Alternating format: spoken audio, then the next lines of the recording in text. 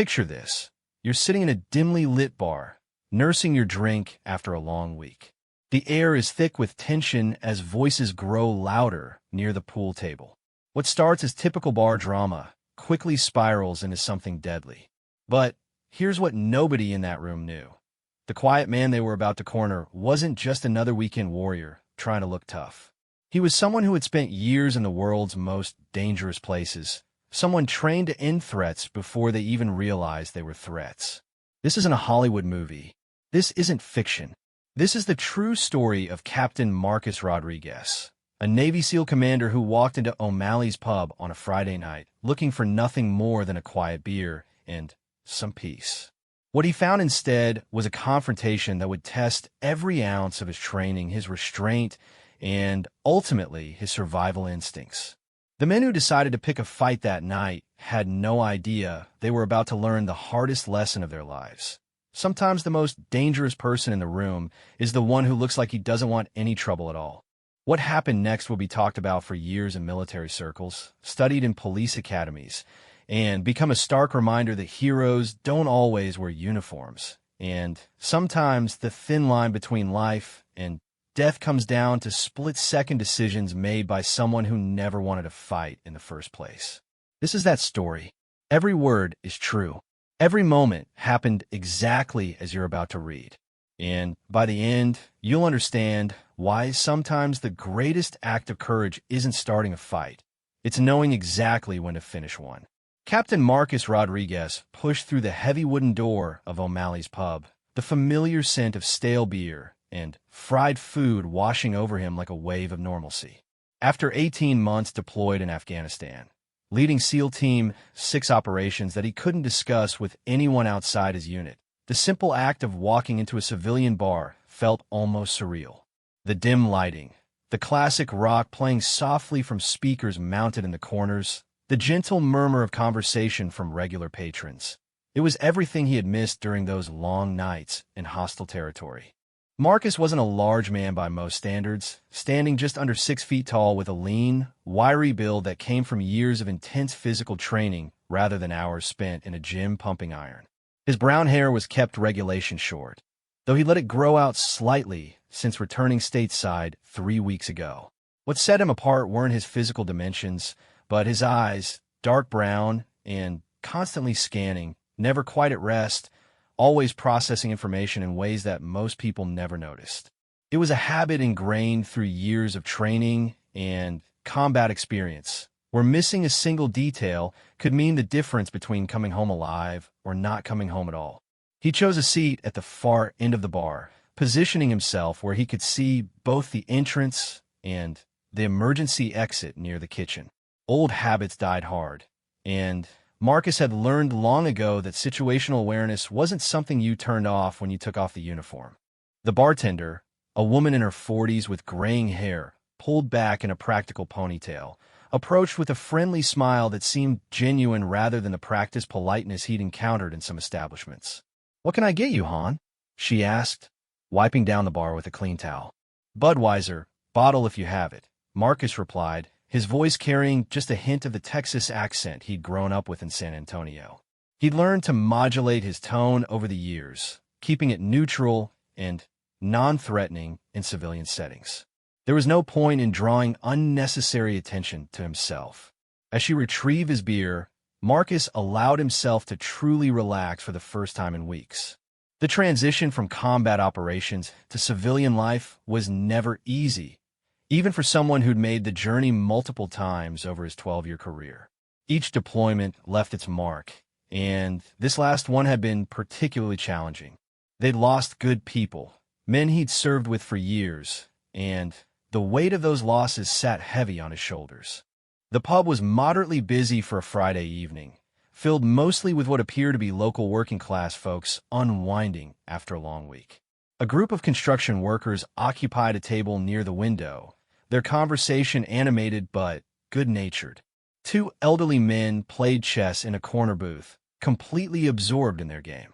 A young couple shared appetizers at a high-top table, lost in each other's company. It was exactly the kind of peaceful, normal environment Marcus had been craving. He was halfway through his beer when they walked in. There were 4 of them, and Marcus cataloged each one automatically as they pushed through the door with more force than necessary. The leader was obvious, a tall, heavily muscled man in his early 30s with the kind of swagger that came from being used to physical intimidation working in his favor. His arms were covered in tattoos, including what appeared to be gang symbols that Marcus recognized from intelligence briefings. The man's eyes were slightly bloodshot, and his movements had the loose coordination that suggested he'd already been drinking elsewhere. Behind him came 3 others who fell into formation like a pack following their alpha. One was shorter but broader, with the kind of thick neck and scarred knuckles that spoke of someone who'd spent considerable time in either boxing rings or street fights. The third was lean and nervous, constantly looking around with darting eyes that suggested either paranoia or the effects of chemical enhancement. The fourth member of their group was younger, maybe early 20s, trying hard to project the same intimidating presence as his companions, but lacking the natural menace of the others. Marcus took another sip of his beer and continued his assessment while appearing to pay no attention to the new arrivals. Their clothing suggested they weren't from the immediate neighborhood. Designer jeans that cost more than most of the patrons in O'Malley's probably made in a month, expensive sneakers that had never seen manual labor, gold chains that caught the light as they moved. Everything about them screamed outsiders who'd wandered into unfamiliar territory. The leader of the group surveyed the room like a predator evaluating potential prey, his gaze lingering on the construction workers before moving on to the elderly chess players and, finally, settling on the young couple. Marcus could practically see the wheels turning in the man's head as he calculated which targets might provide the most entertainment with the least resistance. "Looks like a real classy joint," the leader announced loudly, his voice carrying clearly across the suddenly quiet pub. The bartender looked up from washing glasses, her expression shifting from welcoming to wary in an instant. "Wonder if they serve real drinks here, or just this cheap shit." His companions laughed on cue, the sound harsh and out of place in the previously relaxed atmosphere. Marcus noticed how the other patrons began to shift uncomfortably, some looking toward the exit, others staring down at their drinks and hoping to avoid notice. The construction workers exchanged glances that spoke of men trying to decide whether they had a responsibility to intervene or if discretion was the better part of valor. The 4 newcomers claimed a table near the pool table, their chairs scraping loudly against the worn wooden floor as they positioned themselves with deliberate noise. The leader snapped his fingers at the bartender with a kind of imperious gesture that immediately established the dynamic he was trying to create. "4 shots of your best whiskey," he demanded rather than requested. "And make sure the glasses are clean. We're not used to drinking in dives like this." Marcus felt the familiar tightness in his chest that always preceded potential conflict situations. It was the same sensation he'd experienced countless times in hostile territory, his body's early warning system responding to threats before his conscious mind had fully processed them. The difference was that in Afghanistan, the rules of engagement were clear, and he had a team of highly trained operators backing him up. Here, he was alone, surrounded by civilians, and bound by laws that didn't always account for the nuances of escalating situations. The bartenders served their drinks with professional efficiency, though Marcus could see the tension in her shoulders as she moved. She'd probably dealt with difficult customers before, but there was something about this group that felt different, more dangerous than typical drunk patrons looking to blow off steam. "This whiskey tastes like shit," the leader announced after downing his shot. "What kind of place are you running here, lady?" "It's the same brand we serve everyone else," the bartender replied evenly, though Marcus caught the slight tremor in her voice. "If you prefer something different, I can show you what else we have available." "Maybe the problem isn't the whiskey," the shorter, broader man chimed in. "Maybe it's the company. Place smells like failure and broken dreams." More laughter from the group, louder this time and more aggressive. Marcus noticed that the construction workers were now openly discussing leaving, their conversation conducted in low voices, but their body language speaking volumes about their discomfort. The young couple had already paid their check and were gathering their belongings, moving with the careful casualness of people trying not to attract predatory attention. Marcus finished his beer and gestured to the bartender for another, his movements slow and deliberate. In his peripheral vision, he could see that the four troublemakers were now looking around the room with increasing boldness, their assessment becoming more overt and threatening. "You know what this place needs?" the leader said, standing up and walking toward the pool table. "Some real entertainment. Maybe we should liven things up a little." He grabbed a pool cue from the rack on the wall and began chalking it with exaggerated motions, his movements designed to draw attention and establish dominance over the space. His companions followed suit, spreading out around the pool area in a formation that effectively blocked access to that section of the pub. "Anyone here think they're good enough to play with us?" the leader called out, his challenge directed at the room in general, but his eyes specifically scanning the construction workers. "Or are you all too scared to risk losing your lunch money?" The tension in the room ratcheted up another notch as it became clear that these weren't just drunk patrons looking to have a good time.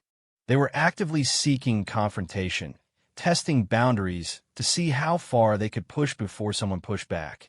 It was a pattern Marcus had observed in various forms throughout his career. Predators probing for weakness, looking for victims who wouldn't or couldn't fight back effectively. One of the construction workers, a man in his 50s with calloused hands and the kind of steady gaze that came from decades of honest work, stood up slowly from his table. Marcus could see him weighing his options, trying to decide whether he had a moral obligation to stand up to bullies or if walking away was the smarter choice for everyone involved. "We're just here to have a quiet drink after work," the construction worker said, his voice calm but firm. "Maybe you fellas could tone it down a little so everyone can enjoy their evening." The leader of the troublemakers smiled, but there was no humor in the expression. It was the kind of smile that Marcus had seen on the faces of enemy combatants just before they revealed that negotiations had been a stalling tactic while they positioned for an attack. "Oh, we got ourselves a hero," the leader said, moving away from the pool table and walking deliberately toward the construction worker. "Someone who thinks he can tell us how to behave in public." The other three members of his group began to close in from different angles, their movement coordinated in a way that suggested they'd done this before. The construction workers' companions started to rise from their seats, recognizing that their friend was about to be outnumbered and outgunned, but unable to abandon him to face the threat alone.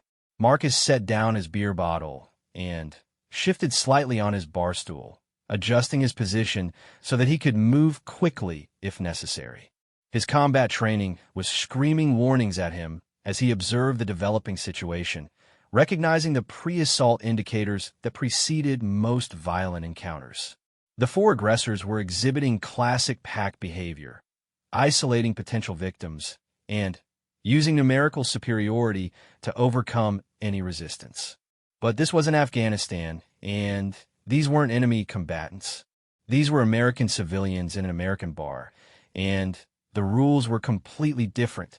Marcus couldn't simply neutralize threats with the decisive action that had kept him alive in hostile territory. He had to consider legal ramifications, collateral damage to innocent bystanders, and the possibility that intervention might escalate rather than de-escalate the situation. Still, watching good people being intimidated by predators went against every instinct he'd developed over 12 years of military service. The oath he'd taken when he'd first put on the uniform hadn't been limited to foreign threats, and the values that had driven him to become a SEAL in the first place didn't recognize arbitrary boundaries between military and civilian contexts.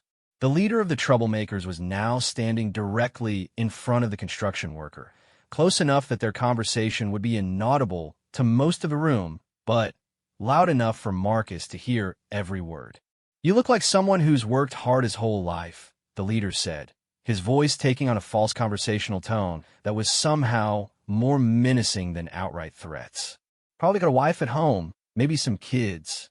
Be a real shame if something happened to mess up that nice, quiet life you've built for yourself." The construction worker's face went pale as the implications of the statement hit home. This wasn't just about a confrontation in a bar anymore. These weren't just drunk bullies looking to start a fight. They were criminals who thought nothing of threatening innocent people's families to get compliance. Marcus felt the familiar cold calculation settle over him as his training kicked into full gear. He'd spent years learning to read situations exactly like this one, to identify the moment when de-escalation was no longer possible and decisive action became necessary. That moment was approaching fast, and he needed to be ready when it arrived. The bartender had moved to the far end of the bar and was reaching for something behind the counter, probably a phone to call police or security. But Marcus knew that help wouldn't arrive in time to prevent whatever these four men had planned for the construction worker and anyone else who tried to intervene. "I think you should leave," the construction worker said, his voice steadier than Marcus would have expected under the circumstances. "This is a neighborhood place where people come to relax. We don't want any trouble." "But trouble found you anyway," the leader replied, reaching out to flick the construction worker's shirt with his finger. "Funny how life works out sometimes, isn't it?" That was when Marcus made his decision. He'd spent his entire adult life protecting people who couldn't protect themselves, and that mission didn't end just because he was wearing civilian clothes instead of fatigues. Some lines couldn't be crossed without consequences, and threatening innocent families was definitely one of those lines. Marcus stood up from his bar stool with fluid grace, his movement so casual and unthreatening that it didn't immediately register as significant to anyone in the room. He'd learned long ago that the element of surprise was often more valuable than size or numbers when it came to dealing with multiple opponents. "Excuse me," he said, his voice carrying clearly but without any aggressive tone. "I think there might be a misunderstanding here." The leader of the group turned toward Marcus with the kind of predatory interest that suggested he'd been hoping for exactly this kind of intervention. His three companions immediately shifted their positions to include this new player in their tactical assessment, spreading out slightly to maintain their numerical advantage while keeping the construction worker trapped in their formation. "Well," the leader said, looking Marcus up and down with obvious dismissal, "looks like we got ourselves another hero. You military boy? Got that look about you." Marcus kept his expression neutral, though internally he was running through combat scenarios at lightning speed. The leader was approximately 6'3" and probably outweighed him by 40 pounds, most of it muscle. The shorter, broader man would be slower but had the reach and power to do serious damage if he landed clean shots. The nervous one was probably armed. His constant fidgeting and the way he kept his right hand near his jacket pocket were clear indicators. The youngest member of the group was trying to look tough, but his eyes showed uncertainty, which made him potentially the most dangerous because unpredictable people made unpredictable decisions. Marcus replied calmly, not seeing any point in lying about something that was apparently obvious to trained eyes. "But right now I'm just someone enjoying a quiet beer who thinks maybe everyone should take a step back and cool down." "You was military?" The leader laughed, a harsh sound that carried no humor. "What happened? They kick you out. You screw up somewhere and get yourself court-martialed." The other patrons in the bar were now clearly aware that the situation had escalated beyond typical drunk behavior. Marcus could see the construction workers preparing to either help or get out of the way, while the bartender had definitely called for help and was now watching the confrontation with the kind of focused attention that suggested she was ready to take cover at the first sign of actual violence. "I served my time and came home," Marcus said, maintaining the same even tone, "just like thousands of other people do every year. Nothing dramatic about it." But the leader wasn't interested in de-escalation. Marcus could see it in his body language, the way his weight shifted forward onto the balls of his feet, the way his hands started to close into fists. This man had come here looking for violence, and he wasn't going to be talked out of it by reasonable conversation.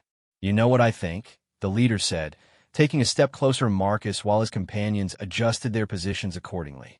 "I think you're one of those fake military heroes who never saw real action.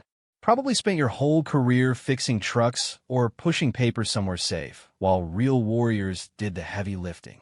Marcus felt the familiar ice-cold calm settle over him that always preceded combat situations. His heart rate actually slowed rather than speeding up, his breathing became more controlled, and his vision sharpened until he could track the smallest movements from all four potential threats simultaneously. It was a physiological response that had been trained into him through thousands of hours of preparation and reinforced through dozens of real combat encounters. "You might be right," Marcus said, deliberately feeding the man's ego while simultaneously positioning himself for optimal tactical advantage. "I never was much of a fighter." The leader smiled triumphantly, interpreting Marcus's words as weakness rather than the tactical misdirection they actually were. In his arrogance, he was making the same mistake that had gotten enemy combatants killed in Afghanistan, assuming that someone who didn't project obvious aggression was therefore not dangerous. "That's what I thought," the leader said, now close enough that Marcus could smell the alcohol on his breath and see the small scars on his knuckles that spoke of someone who'd been in plenty of fights. "So here's what's going to happen. You're going to sit back down at the bar like a good little boy, and we're going to continue our conversation with our new friend here without any more interruptions." "I don't think that's going to work for me," Marcus replied, his voice still calm, but carrying an undertone that anyone with combat experience would have recognized as a warning. "I think it's time for you and your friends to leave." The shorter, broader man laughed loudly. "Did you hear that? G.I. Joe here thinks he's going to make us leave. 4 against 1, and he thinks he's got the advantage." "Actually," Marcus said, glancing around the room briefly before returning his attention to the immediate threats, "I count at least 8 people in this room who look like they'd be happy to help escort you gentlemen to the door. So the numbers might not be what you think they are." It was a calculated risk, trying to get the other patrons involved, but Marcus could see that the construction workers were already committed to the confrontation, whether they wanted to be or not. The leader of the troublemakers had made it personal when he'd threatened the first man's family, and working-class men tended to take those kinds of threats seriously. But the leader wasn't backing down. If anything, the prospect of a larger fight seemed to excite him rather than concern him. Marcus could see the signs of someone who fed on violence, who actually enjoyed the rush of adrenaline that came from physical confrontation. These were the most dangerous opponents because they couldn't be reasoned with or intimidated. They had to be stopped. "You know what?" the leader said, cracking his knuckles with deliberate slowness. "I was going to let you walk away from this. But now I think we need to teach you some respect for your betters." That was when the nervous one made his move, reaching inside his jacket for what Marcus assumed was a weapon. In the compressed time frame of imminent violence, Marcus had approximately 1 second to make a decision that would determine whether anyone in the bar lived through the next few minutes. His SEAL training took over completely. Marcus spun toward the armed threat first, his movement explosively fast after the careful stillness he'd maintained during the conversation. His right hand shot out in a precise strike that caught the nervous man's wrist just as he was drawing what turned out to be a switchblade knife, the impact numbing his fingers and sending the weapon skittering across the floor. Before the knife had even finished sliding under a nearby table, Marcus had already pivoted to address the larger threat from the leader. The big man was lunging forward with surprising speed for someone his size, but Marcus had been expecting the attack and was already moving to counter it. He sidestepped the charge and used the leader's own momentum against him, delivering a devastating elbow strike to the base of his skull that sent him crashing into the pool table with enough force to crack one of the wooden rails. The shorter, broader man was already swinging a wild haymaker that would have taken Marcus's head off if it had connected. Instead, Marcus ducked under the punch and drove his knee upward into his attacker's solar plexus, doubling him over and leaving him gasping for air on the floor. The entire exchange had taken less than 3 seconds. The youngest member of the group, seeing his 3 companions taken down with surgical precision, started backing toward the door with his hands raised in surrender. "I'm out," he said quickly. "This ain't what I signed up for." Marcus let him go. The immediate threat had been neutralized, and there was no point in pursuing someone who was clearly no longer interested in fighting. His focus shifted to assessing the condition of the 3 men he'd put down and ensuring that none of them were still capable of causing harm to innocent bystanders. The nervous one was conscious but clutching his wrist and rocking back and forth in obvious pain. Marcus had specifically targeted pressure points that would cause temporary paralysis without permanent damage, a technique designed to quickly disarm opponents without killing them. The shorter man was still struggling to breathe after the knee strike, but he'd recover fully in a few minutes once his diaphragm stopped spasming. The leader was the most serious concern. He was unconscious, blood trickling from a cut on his scalp where he'd hit the pool table, and Marcus could see that he'd need medical attention. The strike to the base of his skull had been calculated to cause immediate incapacitation, but head injuries were always unpredictable and potentially life-threatening.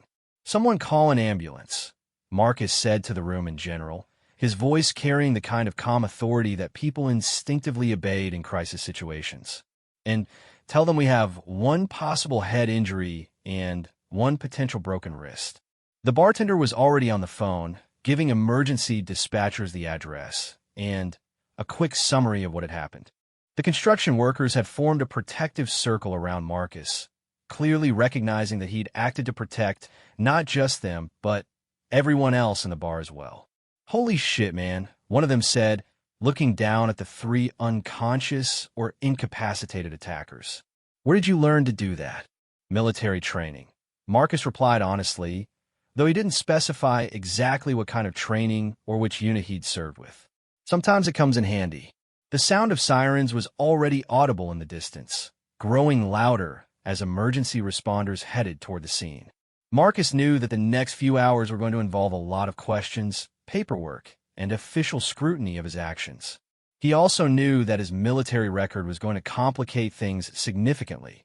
Special operations personnel weren't supposed to get involved in civilian confrontations, even when they were clearly acting in self-defense and defense of others. But as he looked around the room at the grateful faces of people who'd been genuinely afraid for their safety just minutes before, Marcus felt confident that he'd made the right choice. Sometimes being a warrior meant knowing when to fight, but it also meant knowing who was worth fighting for. The construction worker who'd stood up to bullies despite being outgunned. The bartender who tried to de-escalate the situation professionally. The young couple who just wanted a quiet evening out. These were the people that his oath to defend had really been about. The leader of the group stirred slightly, groaning as consciousness began to return. Marcus knelt beside him and checked his pulse and pupil response, using basic medical training to assess the severity of his injury. The man would have a serious concussion and would probably need stitches, but he was going to live. "What the hell happened?" the leader mumbled, trying to sit up despite obvious dizziness and disorientation. "You picked the wrong fight," Marcus replied simply. "Paramedics are on their way. Try not to move around too much until they get here." The first police cruiser pulled into the parking lot outside, its red and blue lights painting the interior of the bar in alternating colors. Marcus stood up and moved away from the injured man, positioning himself where the responding officers would be able to see his hands and assess that he wasn't an ongoing threat. He'd been through enough police interactions in various parts of the world to know that the first few seconds after law enforcement arrived were crucial for establishing the right tone. Two officers entered the bar with their hands resting on their service weapons, but not drawn, their eyes quickly scanning the scene to identify threats and victims. The senior officer was a woman in her 40s with the kind of confident bearing that suggested extensive experience with violent situations. Her partner was younger, maybe late 20s, but he moved with professional competence as they split up to cover different angles of approach. "Everybody stay calm," the senior officer announced. "I need everyone to keep their hands visible and remain where you are until we sort this out." The bartender immediately began explaining what had happened, her voice steady despite the stress of the situation. These four men came in looking for trouble. They threatened customers, and one of them pulled a knife. That gentleman there, she pointed at Marcus, defended everyone when it looked like someone was going to get hurt. The officers quickly secured the scene, calling for additional units and an ambulance while taking initial statements from witnesses. Marcus cooperated fully, providing his identification and a concise summary of events while being careful not to go into details about his military background unless specifically asked. The construction worker, whose family had been threatened, made a point of seeking out the officers to provide his own account of what had happened. "That man saved our lives," he told them emphatically. "These weren't just drunk guys looking for a fight. They were criminals threatening our families. If he hadn't stepped in, someone would have ended up in a hospital or worse." Similar statements came from the other witnesses, painting a clear picture of unprovoked aggression met with measured defensive force. The switchblade that had been dropped during the altercation was photographed and bagged as evidence, along with the identification documents from all three attackers that revealed outstanding warrants and criminal records spanning multiple states. As paramedics arrived to treat the injured men, Marcus found himself in the familiar but uncomfortable position of explaining his actions to authority figures who might or might not understand the split-second decisions that combat training forced you to make. He'd been through similar situations in military contexts, but civilian law enforcement operated under different rules and expectations. The senior police officer, whose name tag read Sergeant Martinez, approached Marcus with a professional but not unfriendly demeanor. "I understand you have military experience," she said. "What branch and what kind of training?" "Navy," Marcus replied. "Special operations. 12 years active duty, recently returned from deployment." Sergeant Martinez nodded thoughtfully. "SEALs?" "Yes, ma'am." "That explains a lot," she said, glancing over at the three men being loaded onto gurneys by paramedics. "You want to tell me exactly how this went down from your perspective?" Marcus provided a detailed but factual account of events from the moment the four men entered the bar through the brief physical altercation that had ended the threat. He was careful to emphasize that he'd only used force after one of the attackers had drawn a weapon, and that his primary concern had been protecting innocent bystanders who were clearly outmatched and in immediate danger. "Any reason these guys would have targeted you specifically?" Sergeant Martinez asked. "No, ma'am. I'd never seen any of them before tonight. I think they were just looking for victims and didn't care who they hurt in the process." The investigation continued for another hour as police interviewed witnesses, collected evidence, and ran background checks on everyone involved. The criminal records of the three attackers painted a picture of escalating violence and drug-related offenses that suggested this incident was part of a larger pattern of predatory behavior. Marcus was eventually released without charges after multiple witnesses corroborated his account of events, and security camera footage from the bar confirmed that he'd acted only in response to immediate threats against himself and others. The district attorney's office would ultimately determine whether any charges were warranted, but Sergeant Martinez indicated that self-defense and defense of others appeared to be clearly established. As the police and paramedics prepared to leave, the construction worker approached Marcus one final time. "I never got a chance to properly thank you," he said, extending his hand. "Name's Bill Henderson. I got 3 kids at home, and I honestly thought those bastards were going to follow through on their threats." Marcus shook his hand firmly. "Marcus Rodriguez. And you don't need to thank me. Anyone would have done the same thing." "No," Bill said seriously. "Most people would have looked the other way and hoped someone else would handle it. You stepped up when it mattered, and my family is safe tonight because of it." Similar expressions of gratitude came from the other patrons as the bar gradually returned to something approaching normal operations. The bartender refused to let Marcus pay for his drinks, and several people offered to buy him additional beverages in appreciation for his intervention. But Marcus declined the offers and prepared to leave. The adrenaline of combat was wearing off, replaced by the familiar emotional exhaustion that always followed violent encounters. He'd done what needed to be done to protect innocent people, but taking down 3 men in a bar fight wasn't exactly the kind of homecoming experience he'd been hoping for. As he walked toward the door, Marcus couldn't help but reflect on how quickly a normal evening had turned into a life-or-death situation. The skills that had kept him alive in Afghanistan were apparently just as relevant on the streets of his own country, which was both reassuring and deeply troubling. The young man who'd fled during the fight was standing by the entrance, apparently waiting for Marcus to emerge. For a moment, Marcus tensed, wondering if this was going to turn into round 2 of the evening's festivities. But the kid's body language was submissive rather than aggressive, and his eyes showed genuine remorse rather than anger. "I'm sorry," the young man said quickly. "I didn't know they were going to threaten families and pull weapons. I thought it was just going to be some bar fight bullshit to impress girls or whatever. I didn't sign up for that kind of serious shit." Marcus studied him for a moment, recognizing someone who'd gotten in over his head with the wrong crowd, and was smart enough to realize how close he'd come to disaster. "What's your name?" "Tommy," the kid replied. "Tommy Nguyen?" "Well, Tommy," Marcus said, "you made the right choice when you walked away. That probably saved your life and definitely kept you out of jail. But you need to think real hard about who you're running with and what kind of future you want for yourself." Tommy nodded emphatically. "Yes, sir. I'm done with those guys. Seeing what you did to them in 3 seconds, man. That was like something out of a movie. But I realized those dudes were seriously bad people, and I don't want any part of that world." Marcus handed him a business card that listed only his name and phone number. "If you need help getting away from that crowd or finding a legitimate way to make a living, give me a call. But understand that second chances don't come around very often, and the next person you run into might not be as interested in giving warnings as I am." Tommy took the card gratefully and promised to consider his options carefully. Marcus watched him walk away into the night, hoping that the kid would follow through on his apparent desire to change direction before it was too late.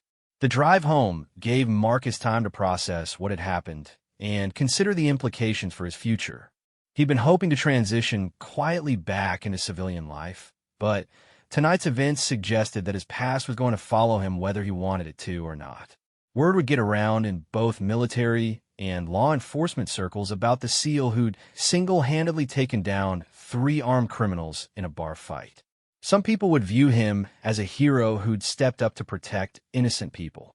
Others would see him as a potential liability, someone whose training made him too dangerous for normal civilian interactions. Both perspectives contained elements of truth that Marcus would have to navigate carefully as he built his new post-military life.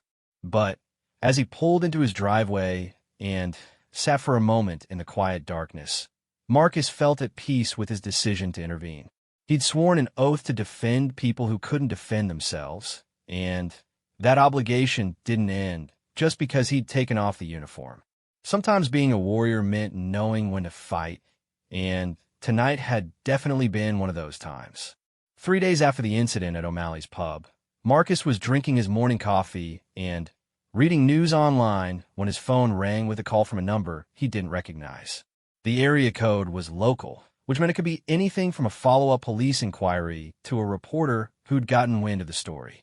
After a moment's hesitation, he answered with a neutral greeting. "Captain Rodriguez? This is Detective Sarah Chun with the Metropolitan Police Department. I was wondering if you might have some time today to discuss what happened Friday night." Marcus set down his coffee cup and focused completely on the conversation. Police detectives didn't make social calls, and the fact that she'd used his military rank suggested she'd done her homework on his background. "Of course, Detective.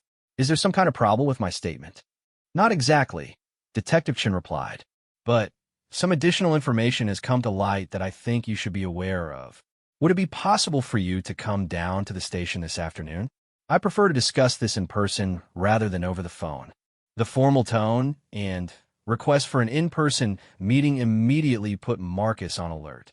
In his experience, law enforcement officials only insisted on face-to-face conversations when they were dealing with sensitive information or when they suspected someone wasn't telling the complete truth about something. Since Marcus was confident that his account of Friday night's events had been completely accurate, the detective's call suggested that new information had emerged about the 3 men he'd fought. "I can be there at 2 o'clock if that works for your schedule," Marcus said. "That's perfect. Just ask for me at the front desk when you arrive. And Captain, you might want to bring a lawyer with you, depending on how this conversation goes." The line went dead before Marcus could ask for clarification about that ominous warning. He stared at his phone for several seconds, trying to process the implications of what Detective Chun had just told him. The suggestion that he might need legal representation was particularly concerning, since it implied that he might be facing criminal charges despite what had appeared to be a clear-cut case of self-defense. Marcus spent the next few hours reviewing every detail of Friday night's confrontation, trying to identify anything he might have done that could be construed as excessive force or legally questionable. He'd used precisely the minimum amount of violence necessary to neutralize immediate threats to himself and innocent bystanders. The knife-wielding attacker had been disarmed without permanent injury. The two larger men had been incapacitated quickly and efficiently, with medical attention summoned immediately afterward. By any reasonable standard, his actions had been completely justified and professionally executed. But Marcus also knew that civilian legal systems operated under different rules than military justice, and that sometimes good intentions weren't enough to protect someone from criminal charges if prosecutors decided to make an example out of them. The Metropolitan Police Department headquarters was a modern building that reflected the city's efforts to project an image of professional law enforcement. Marcus arrived 15 minutes early and used the time to observe the daily operations of a busy urban police department. Officers came and went with the kind of purposeful energy that he recognized from military installations. But there was something different about their demeanor that suggested they were dealing with threats that were less clearly defined than what he'd faced during his overseas deployments. Detective Chun turned out to be a woman in her mid-30s with intelligent eyes, and the kind of direct manner that suggested she didn't waste time on small talk or unnecessary pleasantries. She led Marcus to a small conference room that contained nothing more than a table for chairs and a digital recording device that she activated as soon as they sat down. "Before we begin," Detective Chun said, "I want to make it clear that you're not under arrest, and you're free to leave at any time. However, this conversation is being recorded, and anything you say could potentially be used in legal proceedings. Do you understand?" Marcus nodded. "I understand. Can you tell me what this is about?" Detective Chun opened a thick folder that contained what appeared to be police reports, photographs, and other documents. "What do you know about the three men you fought on Friday night?" "Only what I observed during the incident," Marcus replied carefully. "They appear to be looking for trouble. They threatened innocent people, and one of them drew a weapon when it became clear that their intimidation tactics weren't working. Their names are Vincent Caruso, Michael Torres, and David Kim," Detective Chun said, consulting her notes. "All three have extensive criminal records, including assault, battery, armed robbery, and drug trafficking. Caruso, the one you knocked unconscious, is a suspected lieutenant in the Torino crime family. Torres and Kim are known associates who've been linked to at least 6 violent crimes in the past 2 years." Marcus absorbed this information without visible reaction, though internally he was recalculating everything about Friday night's encounter. He'd assumed he was dealing with run-of-the-mill bullies who'd gotten out of hand after too much alcohol. The revelation that they were professional criminals with organized crime connections put an entirely different complexion on the situation. "I had no idea about any of that," Marcus said honestly. "I intervened because they were threatening innocent people and escalating toward violence. Their criminal backgrounds weren't something I could have known at the time." Detective Chun nodded. "That's what we figured. But here's where things get interesting. All 3 of these men were under federal surveillance as part of an ongoing investigation into organized crime activities. The FBI has been building a case against the Torino family for over 2 years, and these 3 were key witnesses in several incidents that could have led to significant prosecutions." Marcus felt a cold dread settling in his stomach as he began to understand where this conversation was heading. Vincent Caruso died yesterday morning," Detective Chun said quietly. "The head injury he sustained during your fight caused bleeding in his brain that wasn't immediately detected at the hospital. By the time doctors realized what was happening, it was too late to save him." The room fell silent except for the quiet hum of the digital recorder capturing every word of their conversation. Marcus stared at Detective Chun for several seconds, processing the fact that what had appeared to be a successful intervention to protect innocent people had resulted in a man's death. He'd killed enemy combatants in Afghanistan, but that had been war. This was a bar fight in his own country that had gone tragically wrong. "I'm sorry to hear that," Marcus said finally. "But I want to be clear that I used only the force necessary to stop an immediate threat. If I'd known he was going to die from his injuries, I would have chosen different tactics." "That's what everyone expected you'd say," Detective Chen replied. And for what it's worth, the medical examiner confirmed that Caruso had a pre-existing condition that made him particularly vulnerable to head injuries. Most people would have survived that kind of impact without serious complications. "But that doesn't change the fact that he's dead," Marcus said. "No, it doesn't. And it doesn't change the fact that the FBI has lost a key witness in a major organized crime investigation. Which brings us to why I really asked you to come in today." Detective Chun pulled out another set of documents and placed them on the table between them. Marcus could see that they were photographs of several men in expensive suits, along with what appeared to be surveillance reports and intelligence summaries. "The Torino family doesn't take kindly to people who interfere with their operations," Detective Chen explained, "even when that interference is completely unintentional and legally justified." Vincent Caruso was Antonio Torino's nephew, and word on the street is that there's already been talk about retaliation against you. Marcus studied the photographs, noting the faces and trying to commit them to memory in case he encountered any of these people in the future. His SEAL training had included extensive instruction on threat assessment and counter-surveillance techniques, but applying those skills in a domestic context was something he'd hoped never to have to do. "What kind of retaliation?" Marcus asked. "That's the problem," Detective Chen admitted. "We don't know. The Torino family has access to resources and connections that make them extremely dangerous when they decide someone needs to be eliminated. They've been linked to at least 12 murders in the past 5 years, but we've never been able to prove their involvement in court. So what are my options?" Detective Chun leaned forward, her expression serious. "Officially, the police department can offer you standard witness protection protocols if you're willing to testify in future proceedings against the Torino organization. Unofficially, my superiors have suggested that someone with your particular skill set might be better off handling this situation independently." Marcus understood the subtext immediately. The police couldn't publicly suggest that he should take matters in his own hands, but they also couldn't provide effective protection against an organized crime family with unlimited resources and no qualms about eliminating threats to their operations. He was being told, in carefully diplomatic language, that he was on his own.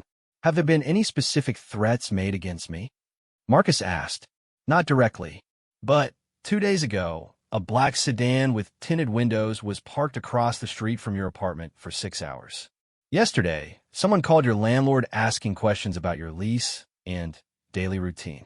This morning, a man matching the description of known Torino associate Frank DeLuca was seen at the gym where you work out." Marcus absorbed this information with the kind of calm calculation that had kept him alive during multiple deployments in hostile territory. The pattern Detective Chan was describing represented classic pre-assault surveillance designed to establish his daily routine and identify vulnerabilities that could be exploited by attackers. He was already being hunted, whether he chose to acknowledge it or not. "What about the other 2 men from Friday night?" Marcus asked. "Torres and Kim are both in jail on outstanding warrants that were discovered during the investigation. But they're also scared shitless about what the Torino family might do to them for failing to protect Caruso. There's a good chance they'll be killed in jail before they can provide any useful testimony about family operations." "And the kid who ran away?" Detective Chen's expression darkened. "Tommy Nguyen was found dead in his apartment yesterday night. Single gunshot to the back of the head, execution style. Someone wanted to make sure he couldn't identify anyone or provide details about what happened Friday night." Marcus felt a surge of anger and regret as he thought about the young man who'd approached him outside O'Malley's pub with what had seemed like genuine remorse and a desire to change his life. Tommy had been killed simply because he'd been in the wrong place at the wrong time and might have been able to provide information that could be used against the wrong people. Jesus Marcos Muterit. He was just a kid who got mixed up with the wrong crowd. That's how these organizations operate, Detective Chun said grimly. They eliminate anyone who might represent a potential threat, regardless of whether the threat is real or imagined. And right now, you represent the biggest potential threat of all. Because I killed Vincent Caruso. Because you demonstrated that you're capable of taking down armed criminals with your bare hands. The Torino family has built their reputation on being the most dangerous people in any room they enter. Having someone around who can neutralize their enforcers in a matter of seconds undermines their entire business model. Marcus stood up and walked to the window, looking out at the city where he'd hoped to build a quiet, peaceful life after years of military service. The irony wasn't lost on him that he'd returned home from fighting terrorists overseas only to find himself targeted by criminals in his own country. "What would you do if you were in my position?" Marcus asked. Detective Chun was quiet for several seconds before responding. "Officially, I'd advise you to consider relocating to another city and establishing a new identity under federal protection.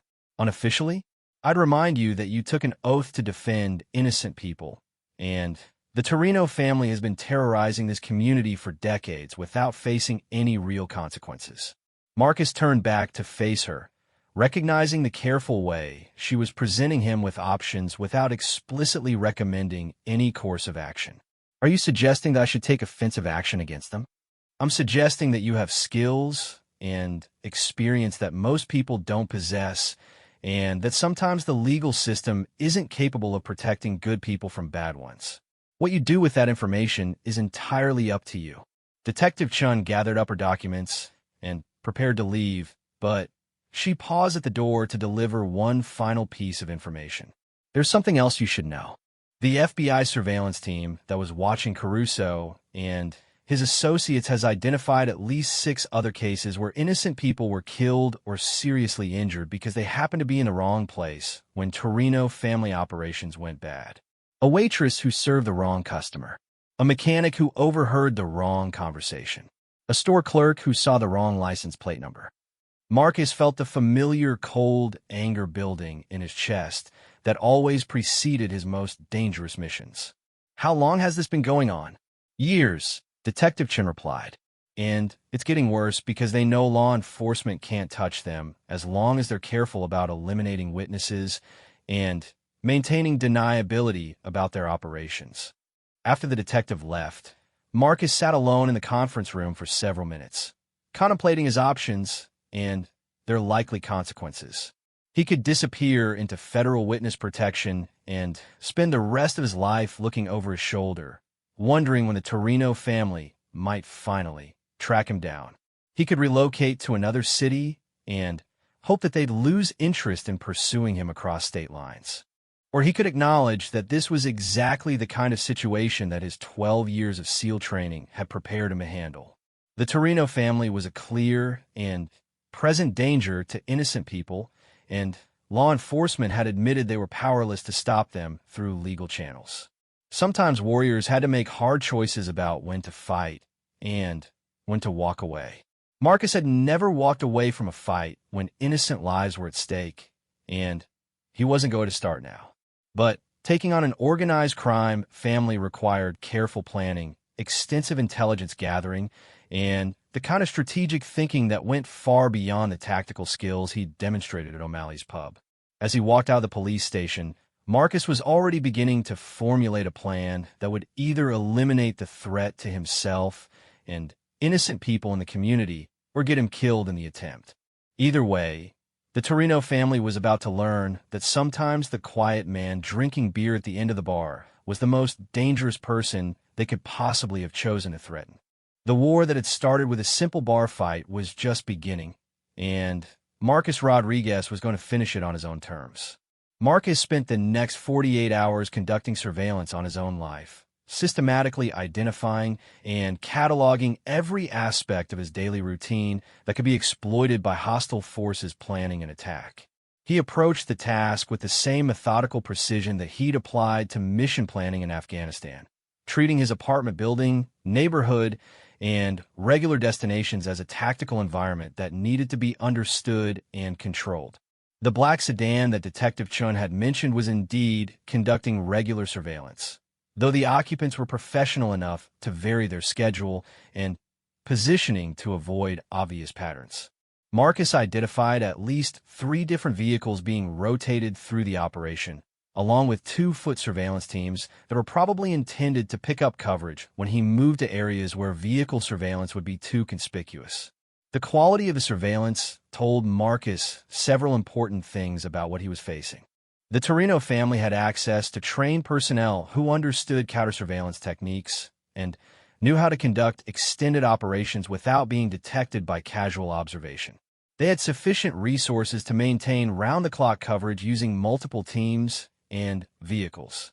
Most importantly, they were patient enough to spend weeks establishing patterns and identifying vulnerabilities before moving to the assault phase of their operation. All of which meant that Marcus was dealing with professionals rather than street thugs, and that he needed to adjust his tactical approach accordingly. On Wednesday morning, Marcus implemented the first phase of his counter-operation. Instead of following his normal routine of leaving his apartment at 8:15 for his morning run, he slipped out through the building's service entrance at 6:30 and made his way to a position where he could observe the surveillance team's deployment. He'd identified their primary observation post in a parking garage across the street, and he wanted to get a clear look at the people who were watching him. The surveillance team consisted of 2 men in their 30s who had the kind of hard, weathered look that suggested extensive experience with violence. One was tall and lean with the fluid movements of someone who'd spent time in either military service or professional athletics. The other was shorter but heavily muscled, with facial scars that indicated he'd been in more than his share of fights. Both carried themselves with the alertness of predators waiting for the right moment to strike. Marcus photographed both men using a telephoto lens, then spent several hours conducting his own surveillance to establish their patterns and identify their backup teams. By noon, he compiled a comprehensive intelligence picture of the entire operation that was watching him, including vehicle descriptions, license plate numbers, shift changes, and communication protocols. The next step was to determine who was giving them their orders and what their specific instructions were regarding him. Marcus needed to know whether they were planning simple intimidation, kidnapping for interrogation, or immediate elimination. The answer would determine how he structured his own response. That evening, Marcus made a decision that would have shocked anyone who knew him during his military service. Instead of waiting for the Torino family to make the first move, he was going to take the initiative and force them to react to his actions rather than the other way around. It was a high-risk strategy that could easily result in his death, but it was also the only approach that gave him any chance of controlling the tactical situation. At 10 o'clock, Marcus walked out of his apartment building carrying a small duffel bag and wearing the kind of casual clothing that wouldn't restrict his movement or draw unwanted attention. He'd spent years learning to disappear in urban environments, and tonight he was going to use every technique he'd ever learned to get close enough to Torino family operations to gather the intelligence he needed. The surveillance team followed him as expected, maintaining professional distance while coordinating their movements through radio communication that Marcus could monitor using scanner equipment he'd acquired that afternoon. Their chatter confirmed that they'd been ordered to observe and report rather than engage, which meant he had at least a temporary window of opportunity before they escalated to direct action. Marcus led them on a circuitous route through downtown areas where vehicle surveillance became difficult and foot teams were required to maintain contact. At the right moment, he slipped into the subway system and used a combination of timing, misdirection, and crowd cover to lose them completely. Within 30 minutes, he'd gone from being the target of professional surveillance to being completely invisible in the urban environment. From there, Marcus made his way to Little Italy, where Detective Chun had indicated that much of the Torino family's street-level operations were based. He'd spent hours studying satellite imagery and street maps of the area, identifying the locations that were most likely to house significant operational activity. The restaurant that served as the family's unofficial headquarters was exactly what Marcus had expected to find. An old-school Italian establishment that closed to regular customers at 9 o'clock, but continued to host private parties for people with connections to the organization. Security was visible, but not overwhelming, consisting of 2 men positioned at strategic points where they could observe approaches to the building without looking obviously like guards. Marcus spent 3 hours conducting detailed surveillance of the restaurant and surrounding area, noting the patterns of activity, the security protocols being followed, and the identities of people entering and leaving the building. By 1 o'clock in the morning, he'd compiled enough information to plan an approach that would get him inside without alerting security or triggering any alarm systems. The decision to actually enter the building was one that Marcus made with full knowledge of the likely consequences. If he was caught, the best-case scenario was immediate execution. If he was lucky enough to gather useful intelligence and escape, he'd escalate the conflict beyond any possibility of negotiated resolution. But he'd also gain the kind of actionable information that might allow him to end the threat permanently rather than spending the rest of his life running from it. Marcus had learned long ago that sometimes the most dangerous course of action was also the only one that offered any realistic chance of success. At 2:15 in the morning, when the restaurant's activity had died down to just a few core family members conducting business in the back room, Marcus made his approach. He'd identified a service entrance that was protected by an electronic lock system that he could defeat using techniques learned during hostage rescue operations. The building's alarm system was more sophisticated, but it had vulnerabilities that he could exploit using equipment that was readily available to anyone with the right technical knowledge. Getting inside the building undetected required 20 minutes of careful work, but Marcus had spent years learning to be patient when patience was the difference between mission success and catastrophic failure. By 2:40, he was inside the restaurant's kitchen with access to the rest of the building. The intelligence windfall was immediate and overwhelming. The Torino family had been using the restaurant's office spaces to conduct business that involved far more than local organized crime. Marcus found evidence of drug trafficking operations that extended across multiple states, money laundering schemes that involved legitimate businesses throughout the city, and, most importantly, detailed plans for eliminating not just him, but several other people who'd interfered with their operations over the past year.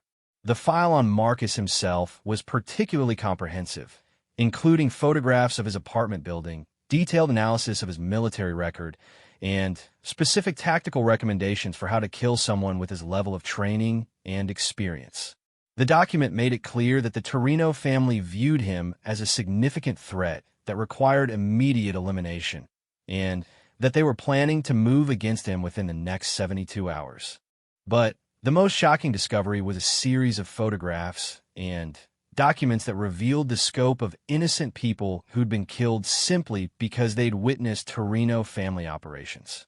Detective Chin's estimate of 6 victims had been conservative. Marcus counted evidence of at least 15 murders that had been carried out to eliminate potential witnesses or send messages to people who might be considering cooperation with law enforcement. Among the victims was a 9-year-old girl who'd been killed along with her father because he'd seen too much during a drug deal gone wrong. An elderly woman who'd been murdered because she'd called police about suspicious activity in her neighborhood. A college student who'd been executed because he'd accidentally photographed the wrong license plate number during what he thought was a routine traffic accident. Marcus felt the familiar ice-cold rage building in his chest as he documented the evidence of systematic murder targeting innocent civilians. This wasn't just organized crime. It was domestic terrorism being conducted against people who had no way to defend themselves and no one willing to protect them. The decision to act was no longer a tactical choice, but a moral imperative. The Torino family represented exactly the kind of threat that Marcus had spent his military career fighting overseas, and the fact that they were operating in his own country made their elimination a personal responsibility that he couldn't delegate to anyone else.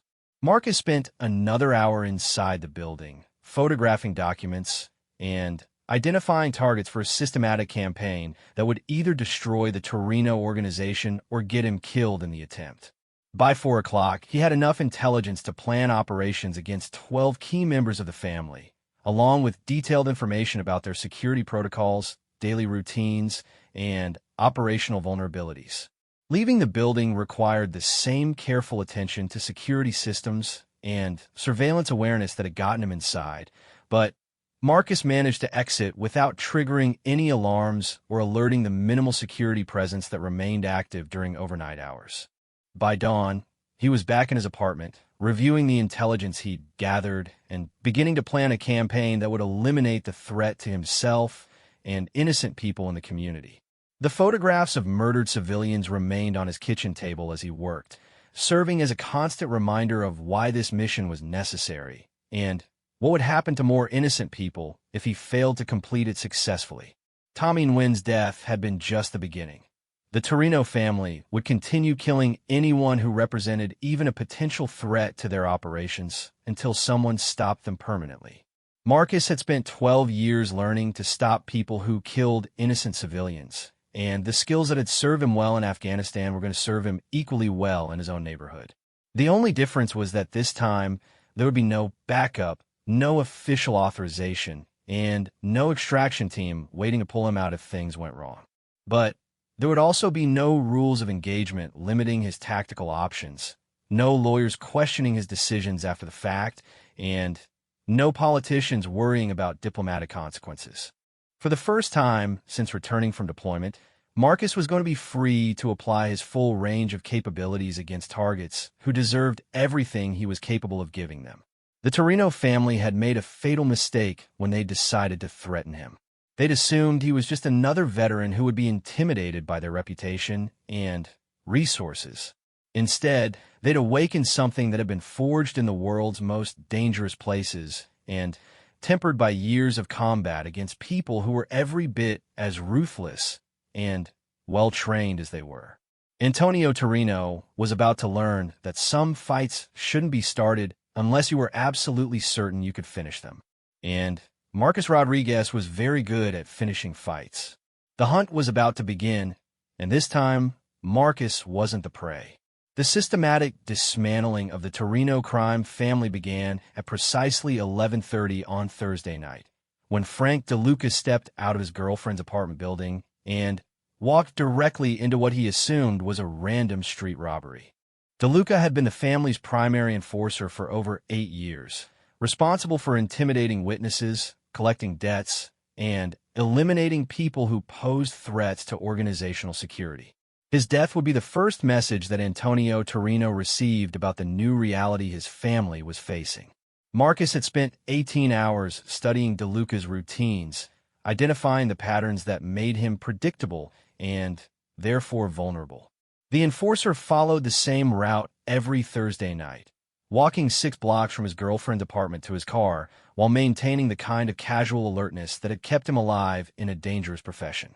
But casual alertness wasn't sufficient preparation for facing someone who'd spent years hunting far more dangerous prey in much more hostile environments. The confrontation lasted less than 30 seconds. DeLuca never saw his attacker, never understood what was happening to him, and died without ever realizing that his death was part of a larger operation targeting his entire organization.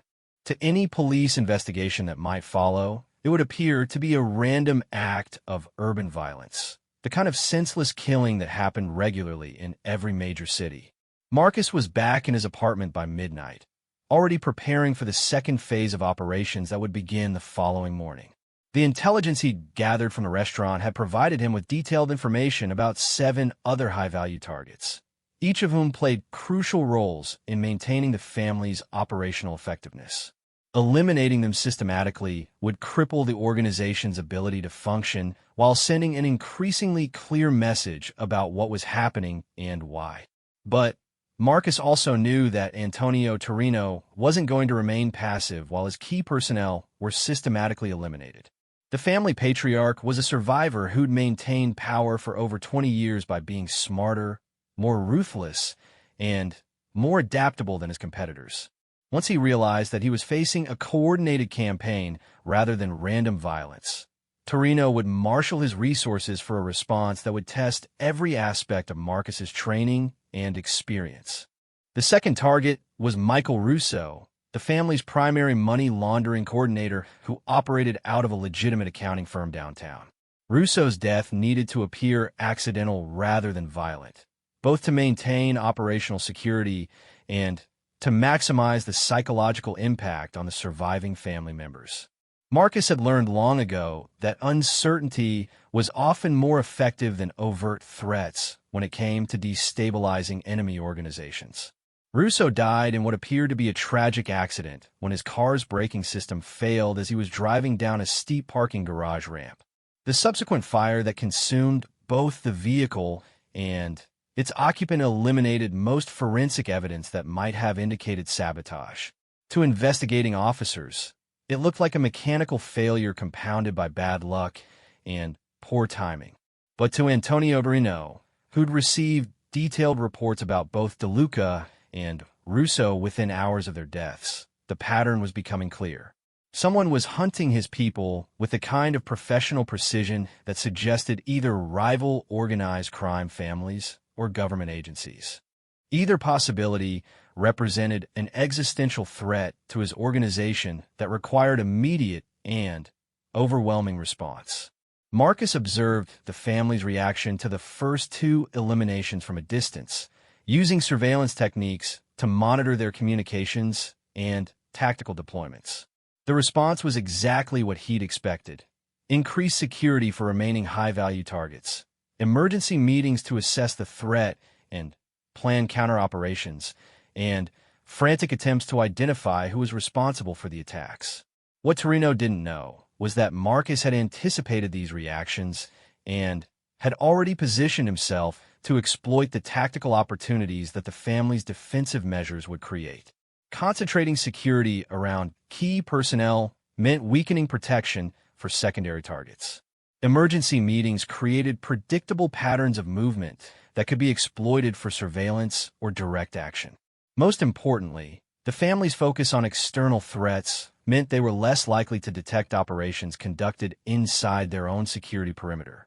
The third elimination took place during one of those emergency meetings, when Carlos Montenegro was killed by a sniper shot fired from a building 800 meters away. Montenegro had been the family's primary weapon supplier, responsible for providing both the hardware and the tactical advice that had made them the most feared criminal organization in the city.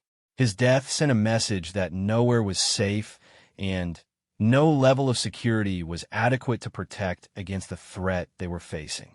The psychological impact was immediate and devastating.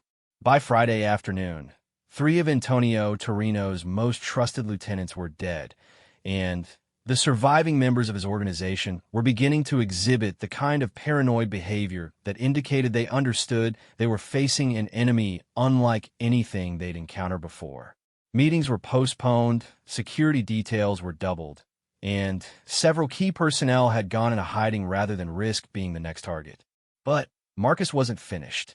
The intelligence documents he'd photographed had identified Antonio Torino himself as being directly responsible for ordering the murders of innocent civilians who'd posed no real threat to his organization.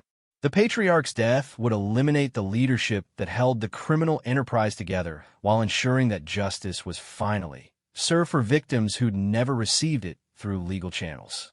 Getting to Torino required penetrating multiple layers of security that had been designed by professionals who understood exactly how dangerous their boss's position made him. The family compound in the hills outside the city was protected by armed guards, electronic surveillance systems, and tactical response teams that could be on scene within minutes of any alarm. Under normal circumstances, it would have been virtually impregnable against assault by a single individual. But these weren't normal circumstances, and Marcus wasn't a typical individual. He'd spent years learning to infiltrate heavily defended positions held by enemy forces that were just as well-trained and better equipped than anything the Torino family could field. The techniques that had allowed him to conduct successful operations against terrorist strongholds in Afghanistan were directly applicable to penetrating organized crime security in his own country. The assault on the Torino compound began at 2 o'clock Saturday morning, when Marcus disabled the perimeter alarm systems using electronic warfare techniques that left the security staff unaware that their defenses had been compromised. From there, he systematically eliminated the exterior guard posts using methods that ensured no alarm would be raised before he neutralized all external threats. The interior of the compound presented more complex challenges, but Marcus had spent hours studying the building's layout and identifying the tactical approaches that would get him to his primary target with minimal risk of civilian casualties. Despite their criminal activities, several family members lived in the compound who were not directly involved in operational activities, and Marcus was determined to avoid harming anyone who didn't represent a legitimate military target. Antonio Torino died in his sleep, never knowing that his personal security had been penetrated or that justice had finally arrived for the innocent people he'd ordered killed over the years. His death was quick and professional, designed to eliminate the threat he represented without inflicting unnecessary suffering or creating a spectacle that might inspire retaliation from surviving family members. By 4 o'clock, Marcus had exited the compound without triggering any alarms or alerting security personnel to what had happened. Antonio Torino's body wouldn't be discovered until his bodyguard conducted the routine morning security check, and by then, Marcus would be far away from the scene with no forensic evidence linking him to the operation. The systematic elimination of the Torino family leadership created a power vacuum that other criminal organizations were quick to exploit, but none of them possessed either the resources or the ruthlessness that had made the Torinos such a threat to innocent people. The murders of witnesses and bystanders stopped immediately, not because the criminals had developed consciences, but because they'd received a clear message about what happened to people who killed innocent civilians. Detective Sarah Chun called Marcus on Sunday afternoon to inform him that the surveillance teams that had been watching his apartment had disappeared sometime during the night. Apparently, they received new orders about priorities, she said in a carefully neutral tone that suggested she understood exactly what had happened but couldn't officially acknowledge it. "I appreciate you letting me know," Marcus replied, maintaining the same official distance. "I guess sometimes these situations resolve themselves." "Yes," Detective Chin agreed. "Sometimes they do. By the way, the FBI is closing their investigation into organized crime activities in this city. Apparently, their primary targets are no longer viable, and they're redirecting resources to other priorities." Marcus understood that he was being told, in diplomatically careful language, that law enforcement was satisfied with the outcome of recent events and had no intention of investigating how the Torino family's operations had been terminated. Sometimes justice came through official channels, and sometimes it came through other means. What mattered was that innocent people were safe and that threats to the community had been eliminated. The following Monday, Marcus returned to O'Malley's pub for the first time since the incident that had started everything. Bill Henderson, the construction worker whose family had been threatened, was sitting at the same table where he'd been confronted by Vincent Caruso a week earlier. He waved Marcus over with obvious pleasure at seeing him again. "I heard about what happened to those guys who caused trouble last week," Bill said as Marcus joined him for a beer. "Terrible thing, all those accidents and random violence. Makes you think about how dangerous the world can be." "It does," Marcus agreed, understanding that Bill was smart enough to recognize the pattern even if he couldn't prove anything about what had really happened. "But sometimes dangerous people run into even more dangerous problems. Funny how life works out sometimes," Bill observed. "You mind if I buy you a beer? I figure I owe you at least that much for what you did the other night." Marcus accepted the offer gratefully, recognizing that he'd found the kind of peaceful, normal life he'd been hoping for when he'd first walked into O'Malley's pub a week earlier. The threat to himself and innocent people in the community had been eliminated, and he could finally begin the process of transitioning from warrior to civilian without constantly looking over his shoulder. The bartender, whose name he'd learned was Susan, approached their table with obvious relief at seeing him again. "I wanted to thank you again for what you did last week," she said. "This place feels safe again, and that means a lot to all of us who work here. Just glad everyone's okay," Marcus replied honestly. "That's what matters most."